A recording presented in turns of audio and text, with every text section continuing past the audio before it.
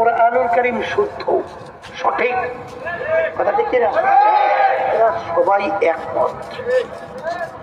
এরপরে সমস্ত উলামায়ে কেরাম মুহাদ্দিসিন কিরাম সবাই একমত। দ্বিতীয় বিশুদ্ধ কিতাবের নাম হলো বুখারী শরীফ। কথা বুঝেন নাই? এই বুখারী শরীফ, বুখারী রহমাতুল্লাহি আলাইহি তিনি বাপ বাপ করে কিতাব লেখছেন। বুখারী শরীফ প্রথম বাব বাবুল ওয়াহি, ওহী সংক্রান্ত বিষয়াদি এই অধ্যায়ের ভিতরে আলোচনা হবে। কিন্তু তিনি হাদিস নিয়ে আসছেন, ইন্নামাল আমালু বিন্নিয়াত, নিয়াতের হাদিস। বাবের সঙ্গে হাদিসের সঙ্গে কোনো সম্পর্ক নাই। কিন্তু বুখারী রাহমাতুল্লাহি আলাইহি তিনি প্রথমে হাদিস নিয়ে আসলেন কেন? তোমরা বুখারী শরীফ পড়বা, তোমরা মাদ্রাসায় পড়বা, তোমরা সর্বনে মাহফিলে আসবা, তোমরা তরিকায় বয়াত হবা, মুরিদ হবা, তোমরা ব্যবসা বাণিজ্য করবা, তোমরা যাহা কিছু করবা, এই করার আগে তোমার দিলের নিয়তটাকে ঠিক করে দাও। কারণ আল্লাহ রাসূল সাল্লাল্লাহু আলাইহি ওয়াসাল্লাম হাদিস বয়ান করছেন হিজরতের সময় সাহাবায়ে কেরামদেরকে নিয়ে যখন হিজরত করে মদিনা শরীফ রওনা করছে, বলতেছেন যারা হিজরত করবা আল্লাহ এবং আল্লাহর রাসূলকে পাওয়ার জন্য, তোমরা আল্লাহ এবং আল্লাহর রাসূলকেই পাইয়া যাবা। আর যদি তোমাদের হিজরতের উদ্দেশ্য হয় কোন দুনিয়া এবং কোন মেয়েকে বিবাহের জন্য, দুনিয়া অথবা কোন মেয়েকেই পাবা, কিন্তু আল্লাহর কাছে আর কোনো বিনিময় পাইবা না। এইটা আল্লাহ হাবিব সাল্লাল্লাহু আলাইহি ওয়াসাল্লাম সাহাবায়ে কেরামদেরকে এই হাদিস শুনাইলেন। এই জন্য বুখারী রহমাতুল্লাহি আলাইহি তিনি প্রথম কিতাবের এই হাদিস নিয়ে আসছেন।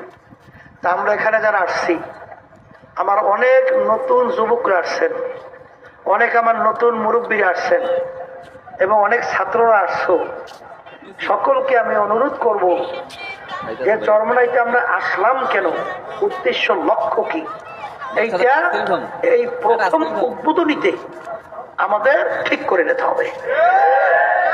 কথা ঠিক কিনা? অনেকে যদি আইসে থাকেন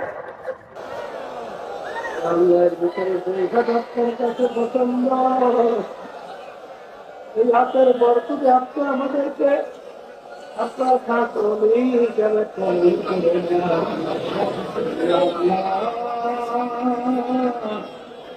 আপনি এই মাহফিলকে হেদায়েতের জড়িয়ে গলাইয়া দিয়ে মাহফিলকে সর্বদিক থেকে হেফাজতে রাখছে। আল্লাহ বৃষ্টি বাতাল বন্যা বাতাস থেকে হেফাজতে রাখছে, আল্লাহ বিপদ আপদ থেকে হেফাজতে রাখছে। আমার মায়ার মালিক আপনার কুতুবের আমাদের পাশে ঘুমায় আছে। আল্লাহ তাদের দরজা বেহেশত বুঝে বলন্দ করে দিয়া তাদের ওখানে ভয় জবরাকাত নসিব করেন।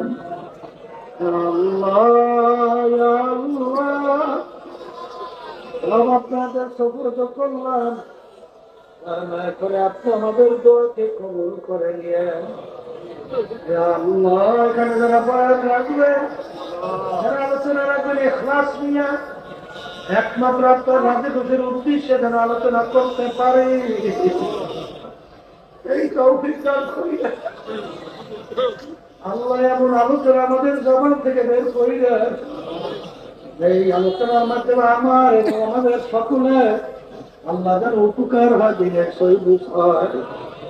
রব্বুল আলামিন সফরদম বাতুল মা আয়াতে তেরা খুদানি হিসাবে কামো বেশরা।